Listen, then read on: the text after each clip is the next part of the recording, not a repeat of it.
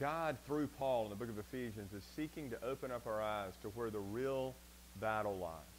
And that's not with the things that we see. It's not flesh and blood, but it's against the rulers and the authorities and the powers and principalities of this present darkness. That's your war. How do you fight against the schemes of the devil then? How do you prepare yourself to do battle with one who outmans you and outguns you in every way? Well, he tells you. He says this. He says, you need to be able to stand against the schemes of the devil. We do not wrestle against flesh and blood, but against the rulers, against authorities, against the cosmic powers over this present darkness, against the spiritual forces of evil in the heavenlies. Therefore, take up the armor of God that you may be able to stand in the evil day, having done all to stand firm. He's asking you to stand firm. How are we going to be able to stand firm? Well, the first two things he says is this, that we need to fasten or put on the belt of truth, and we need to put on the breastplate of righteousness. First of all, he's saying you need to gird your loins with truth. In other words, you need to have truth in your innermost being. In Psalm 51, that was David's prayer. You desire truth in the innermost being, Lord, and he does.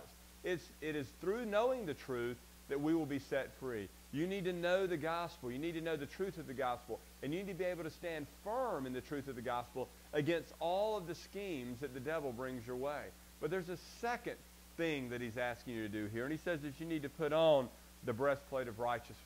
Now listen, don't think of the breastplate of righteousness as your righteous deeds. Isaiah has already told us that in and of ourselves that our righteous deeds are filthy rags in the eyes of God. We don't have any righteousness in us. The righteousness that he is talking about is the righteousness of Christ. 2 Corinthians 5:21 says, God made him who knew no sin to become sin, that we might become the righteousness of God in him. The reason that you stand before God righteous is not because of what you've done or what you have not done, but it's because of what Christ has done. So when Satan comes our way and he calls us liars and he says that we're deceived and he exposes us in our sin and says, you're not worthy of God, remember this.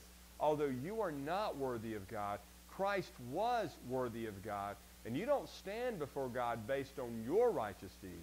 You stand before God based on the finished righteous work of Christ, his blood that was shed on your behalf. So you stand before God righteous because of Jesus.